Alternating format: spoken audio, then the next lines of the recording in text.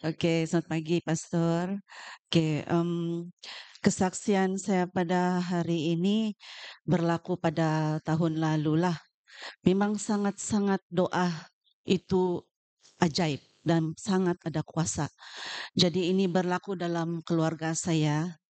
Oke, jadi pada pada masa itu saya menjaga anak buah saya berumur 3 bulan dan dia telah mengalami satu penyakit penyakit yang boleh dikatakan dia tidak boleh diselamatkan ataupun boleh tapi kena melalui satu rawatan yang sangat-sangat uh, susah.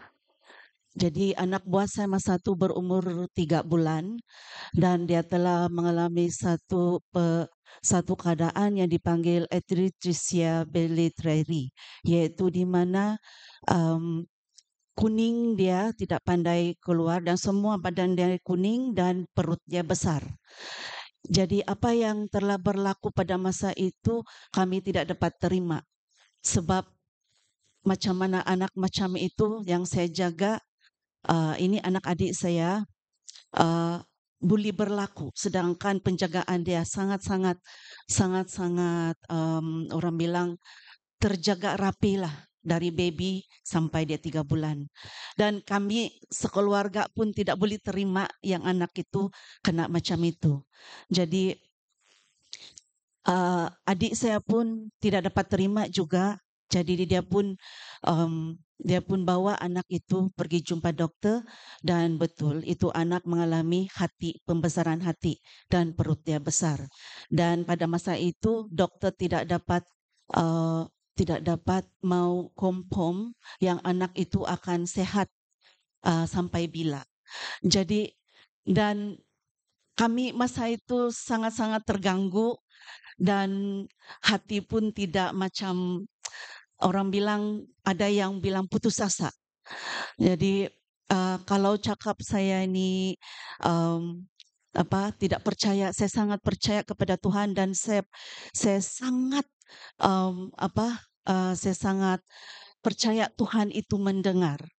Jadi adik saya ini dia agama lain, jadi dia minta tolong apa yang perlu kita buat. Jadi saya cakap, okey tidak apa, kita pergi bawa jumpa doktor dan macam mana. Jadi ikut saja rawatan. Lepas itu adik saya, anak dia ditahan dan perut dia makin besar, muka dia kuning sudah dan pernapasan dia pun tidak berapa, sangat lemah. Jadi apa yang kami buat, adik saya bawa pergi jumpa doktor dan dia ditahan beberapa minggu dan akan dioperasi. Dan operasi dia sangat besar dan kami tidak juga mengharaplah. Kami ikut saja arahan doktor. Lepas itu adik saya pada masa itu terganggu sangat-sangat, Pastor, sampai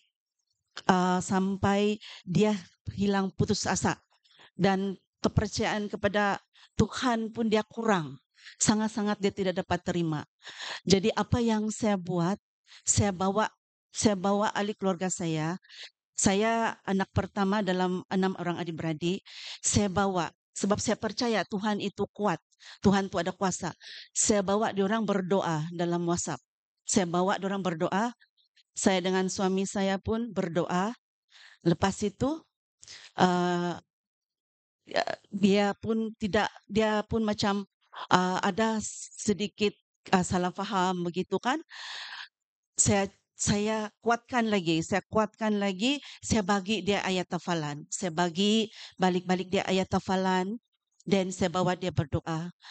Jadi lepas itu pada bulan yang seterusnya anak itu dibedah.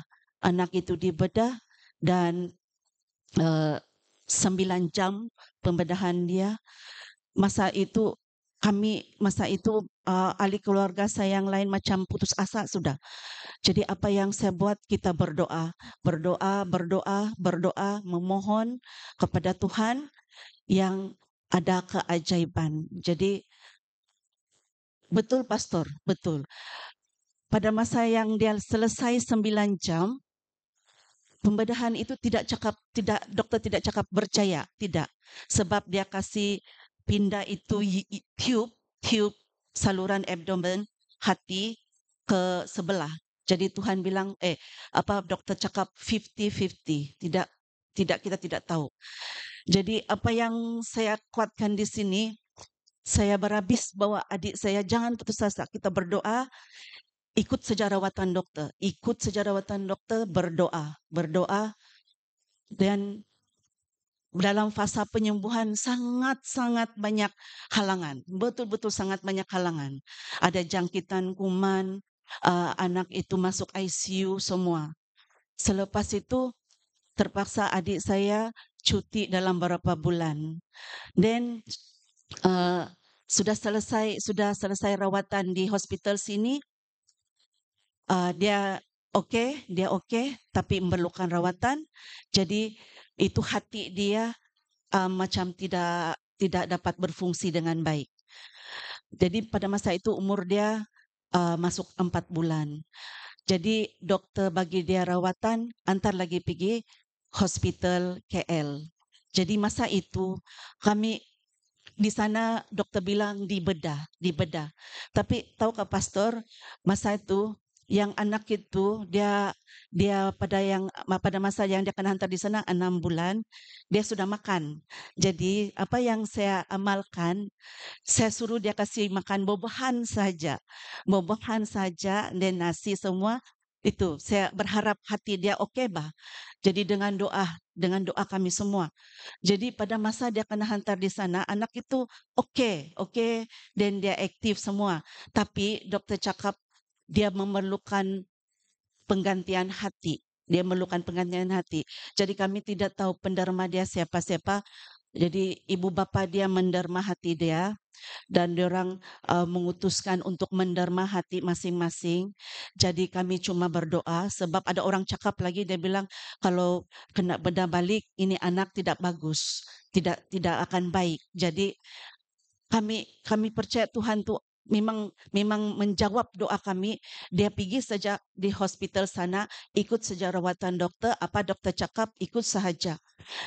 Jadi apa yang terjadi sana pastor, saya sangat-sangat terkejut dan sangat-sangat bersyukur. Bukan bilang keajaiban tiba-tiba, tapi rawatan yang diberi. Jadi dia datang sana, adik saya dengan husband dia sudah kena cek hati yang ingin diderma semua.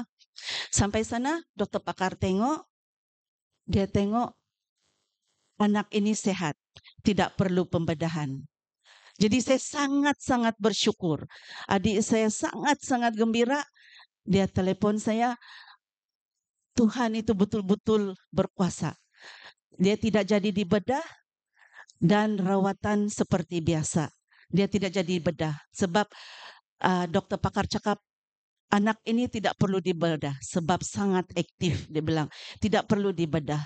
Jadi kami pun sangat-sangat bersyukur sebab pada masa itu kami betul-betul berdoa yang dia kalau boleh ada keajaiban, jangan dibedah kedua kali sebab kesian anak ini. Jadi saya betul-betul percaya, kami serahkan semua beban kami sama Tuhan.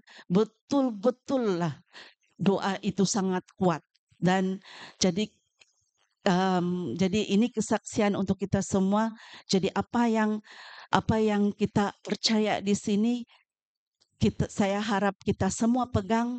Dan apa kekuatan doa itu kita tidak tahu sebab Tuhan itu dia miracle, dia ajaib. Dia tidak kasih tahu kita apa yang terjadi, tapi dia akan kasih dia akan kasih tengok apa yang kita tengok sekarang, yang anak itu macam mana dan rawatan dia. Jadi itu saya rasa keajaiban daripada Tuhan. Amin. Tepat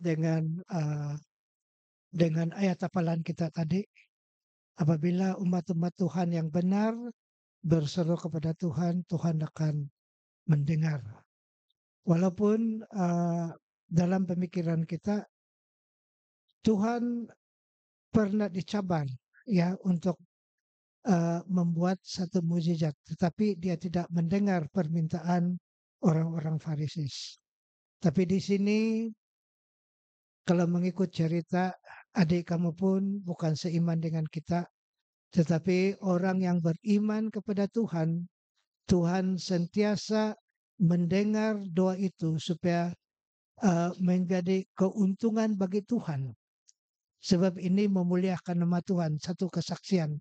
Kita doakan uh, keluarga adik kamu satu hari nanti akan menerima Yesus Kristus sebagai juru selamat pribadi mereka.